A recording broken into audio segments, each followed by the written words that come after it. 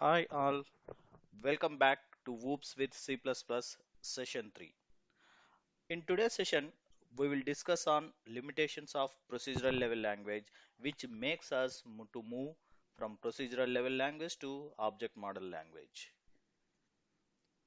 So just consider there are two functions happening in one of the in the same compound. Say this is same compound, and in this compound two functions, one is marriage function and another birthday function is is getting celebrated, and assume these two functions are sharing the s- one common kitchen or dining hall. And for this marriage function people, they can enter like this. Birthday function people, they can enter like this.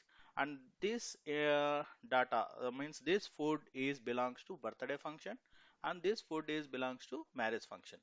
But if you observe, there is no lock or there is no door for this kitchen room.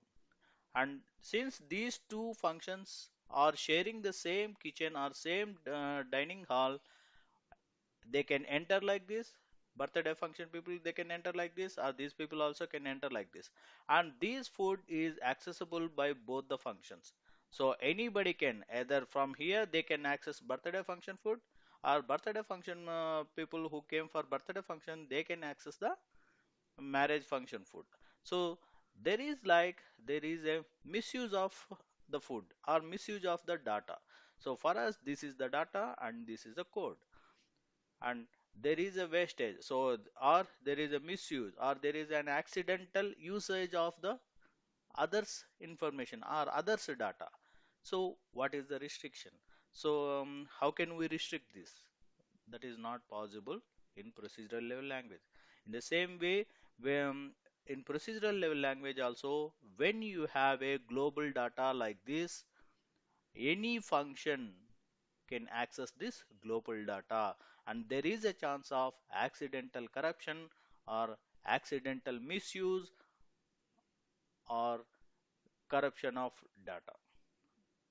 Okay, so this is one of the limitation of procedural level language, that is accidental corruption or misuse of global data.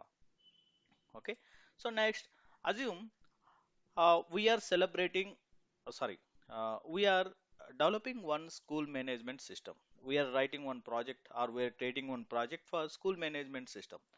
When I talk about school management system, there are many lot of functions, lot of algorithms, lot of data will come into picture. Many entities will come into picture. Now assume one key two key portions we are taking. One portion is employee data and another portion is student data. When I talk about employee portion, the first thing for employee is salary. So salary calculating function is required, and for students, total marks calculation. So since these are all belongs to the same project, now we have the employee data, student data, salary calculating function, and total marks calculation function.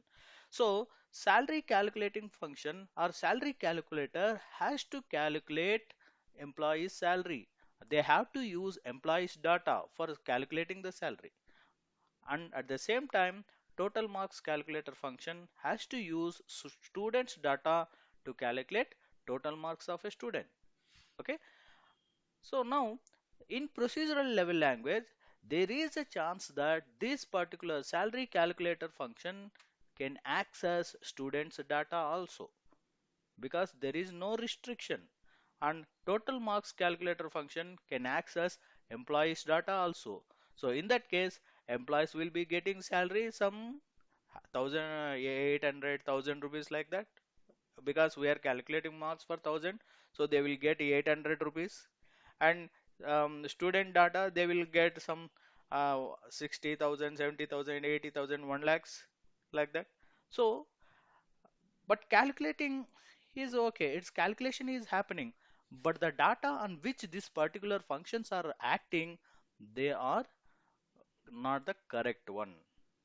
Okay, so but in procedural level language, there is a chance that one particular function can act on another data also. So there is no restriction, we cannot restrict. But what we have to do is we have to use our common sense and based on that we have to relate. So salary calculate function has to take employee data only. Total marks calculate function has to take student data only. But if it is a if it is small, then you can manage. If the project is small, if the code length is small, then you can manage such type of things. But when the project is increases, such type of restriction, unrestricted code and data is creating a lot of problem. So this is another limitation of procedural level language. So what is that? Unrelated code and data. So now salary function can act on students data as well as it can act on employee data. Total marks calculate function can act on employees data as well as student data. There is no relation. There is no restriction. We don't have any method or any way we can restrict this function to act only on one particular data. Okay. So now, as we have observed, the limitation of procedural level language is there are mainly two limitations. One is accidental corruption of global data, and another one is unrelated or unrestricted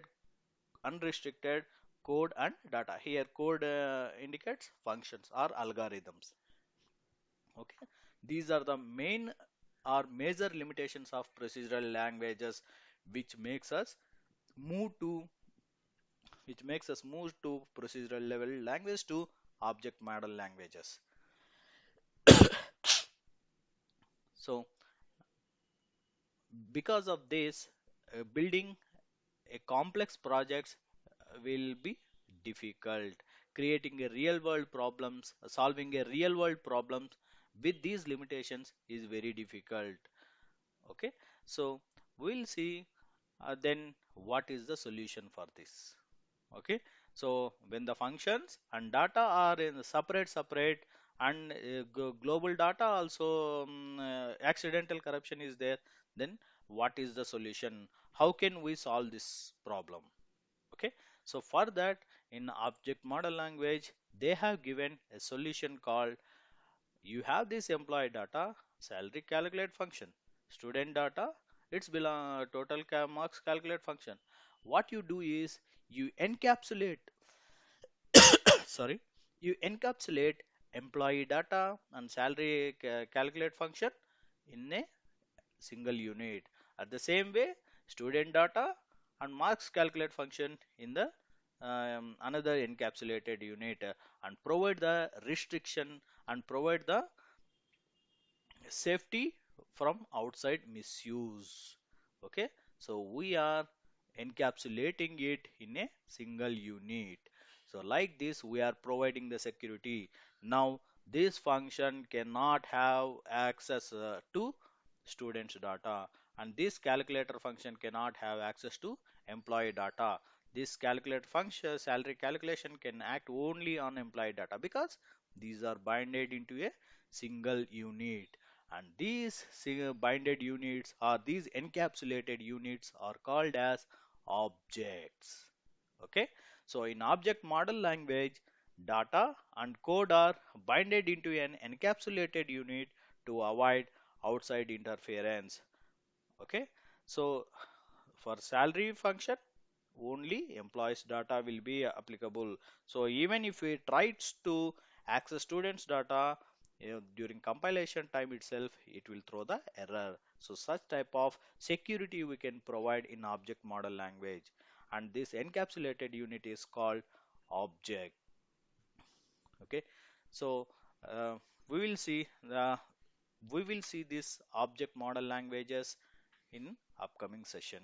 So we'll see what are these object model languages and how it is classified, on what basis it is classified. We will discuss in the upcoming session. Thanks for watching. Like, subscribe and share. Thank you.